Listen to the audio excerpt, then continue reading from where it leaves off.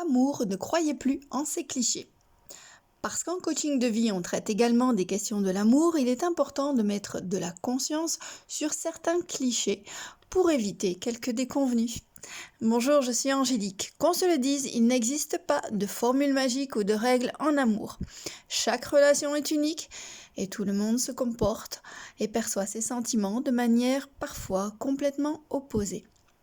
Beaucoup de ces clichés semblent romantiques, mais peuvent en réalité s'avérer toxiques. La base de toute relation est bâtie sur la confiance et le respect. Ne vous laissez plus berner par les mensonges suivants sur l'amour. La jalousie, c'est de l'amour. S'il se trouve que votre conjoint vous est infidèle, il brise le rapport de confiance de la relation. Vous n'avez tout simplement pas à accepter cela et il convient de trouver la source du problème. Votre conjoint ne vous appartient pas, mais il vous doit le respect selon les normes que vous avez établies en commençant la relation. Lorsqu'il s'agit de jalousie maladive d'un conjoint, cela révèle une grande insécurité, une mésestime de soi. Dans ce cas, vous n'êtes pas responsable de devoir soigner l'insécurité du conjoint et il convient qu'il apprenne à se sentir sécure. La jalousie dans le couple est donc un concept toxique. Quant à dire que c'est parce que l'on tient à l'autre que l'on prive de liberté, nous sommes bien dans une relation de contrôle. Le coup de foudre. L'amour est réciproque et nécessite beaucoup de travail, de l'acceptation et surtout du pardon. Ce sentiment unique naît d'une appréciation et d'une confiance mutuelle. Cela commence par une attirance, certes, mais à elle seule, elle ne suffit pas à construire la relation. Un coup de foudre ne repose sur rien du tout. Une fois séduit, on s'appartient. Séduire sa moitié est un processus de tous les jours. Je ne parle pas de séduction où tu joues à être une autre personne. La séduction s'incarne lorsque l'on donne le meilleur de soi-même à l'autre et que l'on entretient la flamme par des attentions sincères. C'est vrai, rien n'est acquis et rien n'est appartenance. On n'appartient qu'à soi. Une personne n'est pas un objet, ni une possession, ni un faire-valoir, ni un trophée. Parfois, il faut accepter que les chemins se séparent. On ne peut obliger quelqu'un à ressentir le même amour et encore moins le faire revenir. La décision d'entrer en relation et d'y rester appartient à chacun.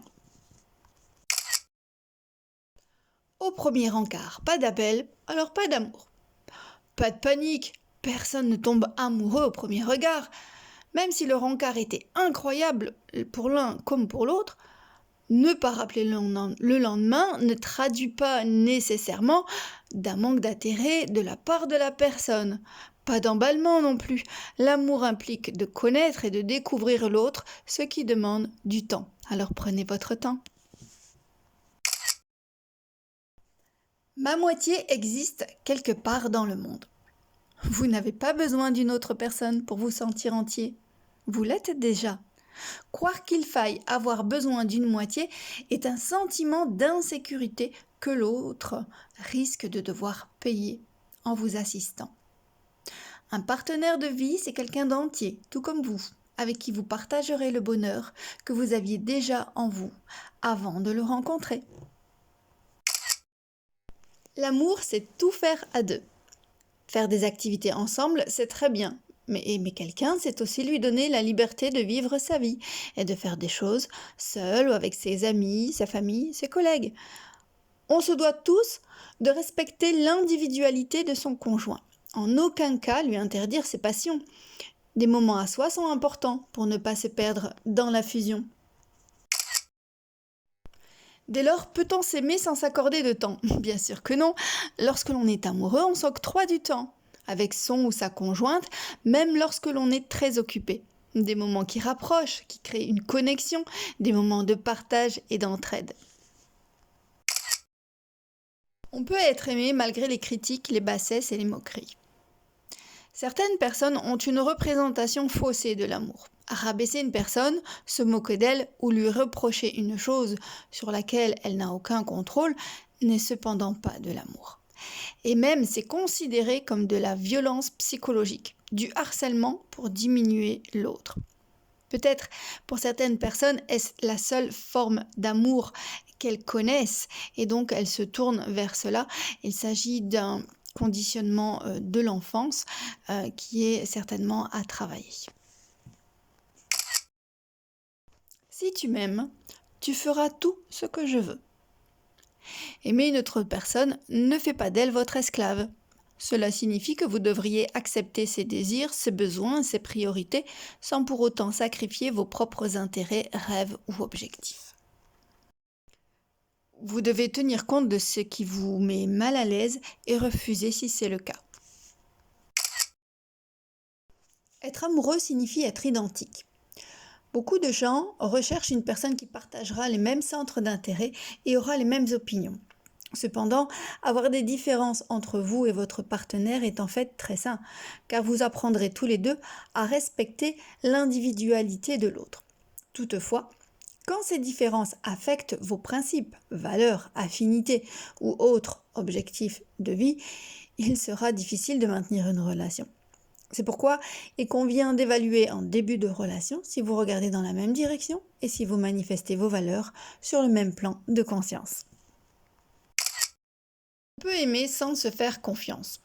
L'honnêteté, le respect et la confiance sont les piliers d'une relation saine.